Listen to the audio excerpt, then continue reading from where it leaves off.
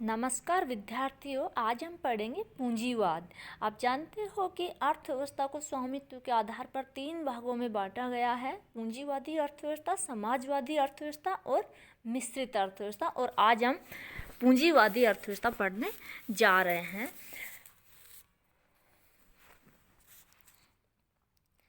1988 से पूर्व विश्व की सभी अर्थव्यवस्थाएं 2 भागों में बटी हुई थी। कुछ अर्थव्यवस्थाएं अमेरिका की पूंजीवादी व्यवस्था के साथ रहने में अपना हित सुरक्षित समझती थी तथा कुछ सोवियत रूस की साम्यवादी व्यवस्था के साथ कुछ अपने आप को निर्गुण समझकर मिश्रित अर्थव्यवस्था को अपनाए हुए थी, जिसमें पूंजीवादी व साम्यवादी व्यवस्था दोनों का मिश्रण था।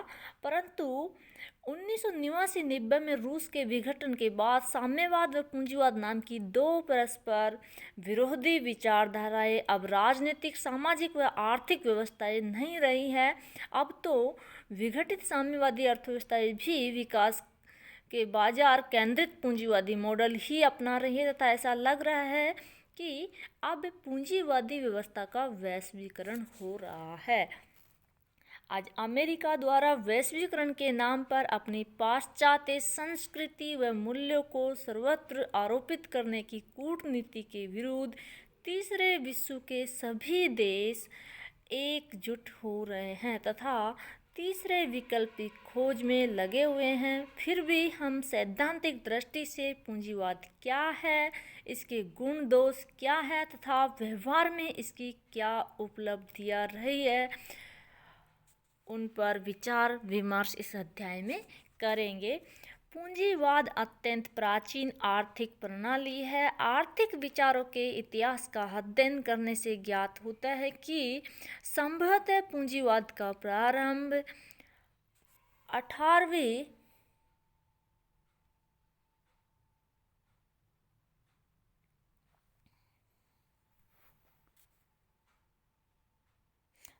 सदी में औद्योगिक क्रांति के साथ हुआ। प्रारंभ में सभी देशों ने इस प्रणाली को अपनाया, पर धीरे धीरे इसकी आर्थिक बुराइयों के कारण विभिन्न देशों में इस प्रणाली का विरोध हुआ और कई देशों ने अन्य आर्थिक प्रणाली को अपनाया। पूंजीवाद के स्वरूप में समय अनुसार अनेक परिवर्तन हुए। आधुनिक युग में पूंजीवाद का विशुद्ध रूप किसी भी देश में नहीं पाया जाता। वर्तमान में नियंत्रित पूंजीवाद का रूप देखने को मिलता है, अर्थात प्योर पूंजीवाद नहीं मिलता है। इसमें पूंजीवाद की प्रमुख विशेषताओं जैसे कीमत प्रणाली की कार्यशीलता, व्यक्तिगत संपत्ति, निजी लाभ आदि के साथ राज्य की भूमिका भी सक्रिय रहती है।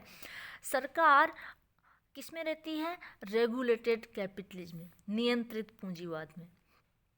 सरकार आर्थिक क्रियाओं को व्यापक सामान्य हित में आवश्यकता अनुसार नियंत्रण करती है। सरकार मौद्रिक एवं राजकोषीय नीतियों का यथासंभव प्रयोग कर अर्थव्यवस्था का नियमन एवं संचालन करती है नियंत्रित पूंजीवाद के अंतर्गत। पूंजीवाद की परिभाषाएं। पूंजीवाद आर्थिक संगठन की वह पद्धति है जिसमें उत्पत्ति के साधनों पर व्यक्तिगत संस्थाओं का अधिकार होता है, जिसका उपयोग वे स्वतंत्रता पूर्वक अपने लाभ को अधिकाधिक करने के लिए करते हैं।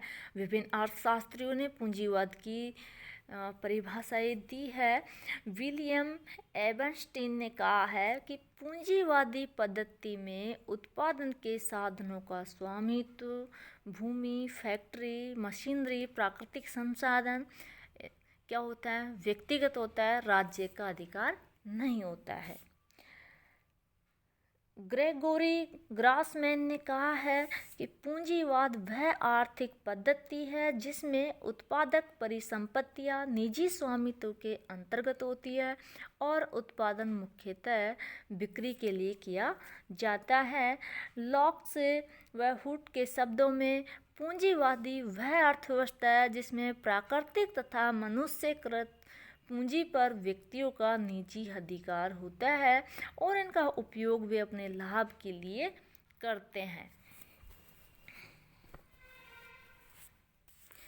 सिडनी वेब के अनुसार पूंजीवादी व्यवस्था या पूंजीवादी सभ्यता से हमारा अभिप्राय उद्योगों तथा वैधानिक संस्थाओं के विकास की उस विधि से है जिसमें श्रमिकों का अधिकांश भाग अपने आप को उत्पत्ति के साधनों से इस प्रकार वंचित पाता है कि वह पारिश्रमिक अर्जित करने वाले श्रमिकों की स्थिति में परिणत हो जाता है, जिसका जीवन निर्वाह सुरक्षा तथा व्यक्तिगत स्वतंत्रता राष्ट्र के उन अल्पसंख्यक व्यक्तियों की इच्छा पर निर्भर हो जाती है जो कि भूमि, यंत्र आदि तथा समाज की श्रम शक्ति के स्वामी हैं और वे अपने वैधानिक स्वामित्व के द्वारा उनके प्रबंध को नियंत्रित करते हैं। वह ऐसा निजी एवं व्यक्तिगत लाभ को प्राप्त करने के लिए करते हैं।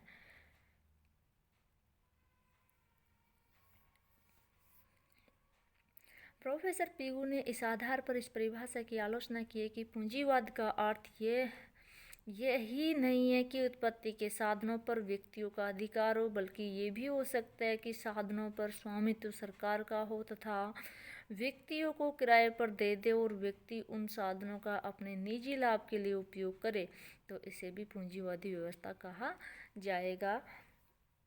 प्रोफेसर पिगू के शब्दों में पूंजीवादी अर्थ प्रणाली वह है जिसमें उत्पत्ति के साधनों का प्रमुख भाग पूंजीवादी उद्योगों में लगा हो। पिगू ने पूंजीवादी उद्योगों की व्याख्या इन शब्दों में की है। एक पूंजीवादी उद्योग वह है जिसमें उत्पत्ति के भौतिक साधन निजी व्यक्ति के अधिकार में होते हैं अथवा वे उनको किराए के रूप में लेते हैं और उनका उपयोग आज्ञानुसार इस प्रकार से होता है कि उनकी सहायता से उत्पन्न वस्तुएं अथवा सेवाएं लाभ पर बेची जावे।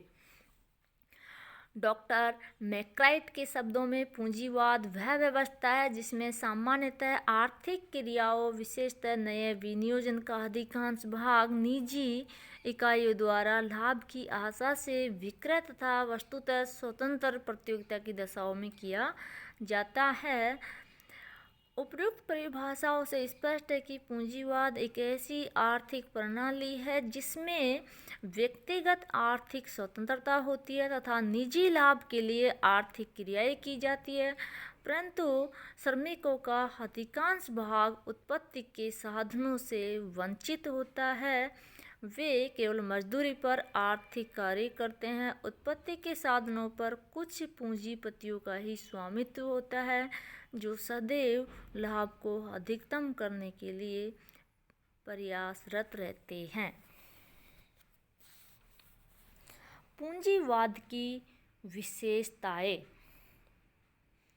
अब हम देखते हैं पूंजीवाद की विशेषताएं। संपत्ति पर निजी स्वामित्व। पूंजीवादी अर्थव्यवस्था में व्यक्ति अपनी संपत्ति का स्वामी स्वयं होता है। उसे अपनी संपत्ति की रख रखाव की पूर्ण आज़ादी होती है। जब चाहे व्यक्ति अपनी संपत्ति को बेच सकता है तथा जब चाहे वह खरीद सकता है। व्यक्तिगत संपत्ति पूंजीवाद का आधार है। यदि व्यक्तिगत संपत्ति का अधिकार समाप्त कर दिया जावे तो पूंजीवाद ही समाप्त हो जाएगा। निजी संपत्ति कार्य करने की प्रेरणा का आधार है। निजी संपत्ति का अधिकार अधिक बचत तथा विनियोग की प्रेरणा प्रदान करता है। निजी संपत्ति में 3 बातें शामिल होती है। प्रत्येक व्यक्ति को निजी संपत्ति रखने का अधिकार होता है। प्रत्येक व्यक्ति को निजी संपत्ति का प्रयोग करने की पूर्ण स्वतंत्रता होती है। व्यक्ति अपनी मृत्यु के पश्चात अपनी निजी संपत्ति को अपने उत्तराधिकारियों को देने का अधिकार रखता है। अतः स्पष्ट है कि पूंजीवाद में खेत, कल कारखानों आदि पर व्यक्तियों या व्यक्ति समूहों का निजी स्वामित्व होता है तथा निजी संपत्ति की रक्षा की सरकार गारंटी प्रदान करती है। उत्तराधिकार। सेकंड है उत्तराधिकार। पूंजीवादी व्यवस्था के अंतर्गत पिता की मृत्यु के बाद उसकी संपत्ति का स्वामी उसकी संतान स्वतः ही बन जाती है। उत्तराधिकार का अधिकार निजी स्वामित्व के अधिकार से भी महत्वपूर्ण स्थान रखता है। प्रत्येक व्यक्ति संपत्ति का अधिक अर्जन एवं संग्रह इसलिए करता है कि उसके द्वारा अर्जित संपत्ति उसके बच्चों के काम आएगी। यदि व्यक्ति कि मृत्यु के बाद संपत्ति पर अधिकार सरकार का हो तो कोई भी व्यक्ति संपत्ति का संचय नहीं करेगा। ऐसी स्थिति हम वर्तमान में रूस की 1989 से पूर्व देखिए, जहां बिना संपत्ति के पूंजी निर्माण का अभाव हुआ और पूंजी निर्माण हेतु रूस पश्चिमी देशों के सामने कटोरा लिए घूम रहा था। उत्तराधिकार का नियम बचत करने तथा पूंजी निर्माण के लिए प्रेरणा प्रदान करता है। उपभोक्ता की संप्रभुता। पूंजीवादी अर्थव्यवस्था में उपभोक्ता को सर्वोच्च स्थान प्राप्त है। उत्पादक उपभोक्ता की रुचि व इच्छा के अनुसार वस्तुओं का उत्पादन करता है। उपभोक्ता अपनी रुचि, फैशन, स्वभाव, रीति रिवाज के अनुसार अपनी पसंद की वस्तुओं का उपभोग करता रहता है। इसलिए ये कहा जाता है कि पूंजीवादी अर्थव्यवस्था में उपभोक्ता राजा होता है। उत्पादक को अपनी कार्य प्रणाली उपभोक्ता की इच्छानुसार समायोजित करनी पड़ती है। इसी में उत्पादक को भी सर्वाधिक लाभ मिलता है, क्योंकि जिन वस्तुओं की उपभोक्ता मांग करता है, अर्थात मुद्रा रूपी वोट जिस वस्तु के पक्ष में व्यय करने को तत्पर रहता है, उत्पादक उसी वस्तु का उत्पादन करके लाभ अधिकतम करने का प्रयास करते हैं।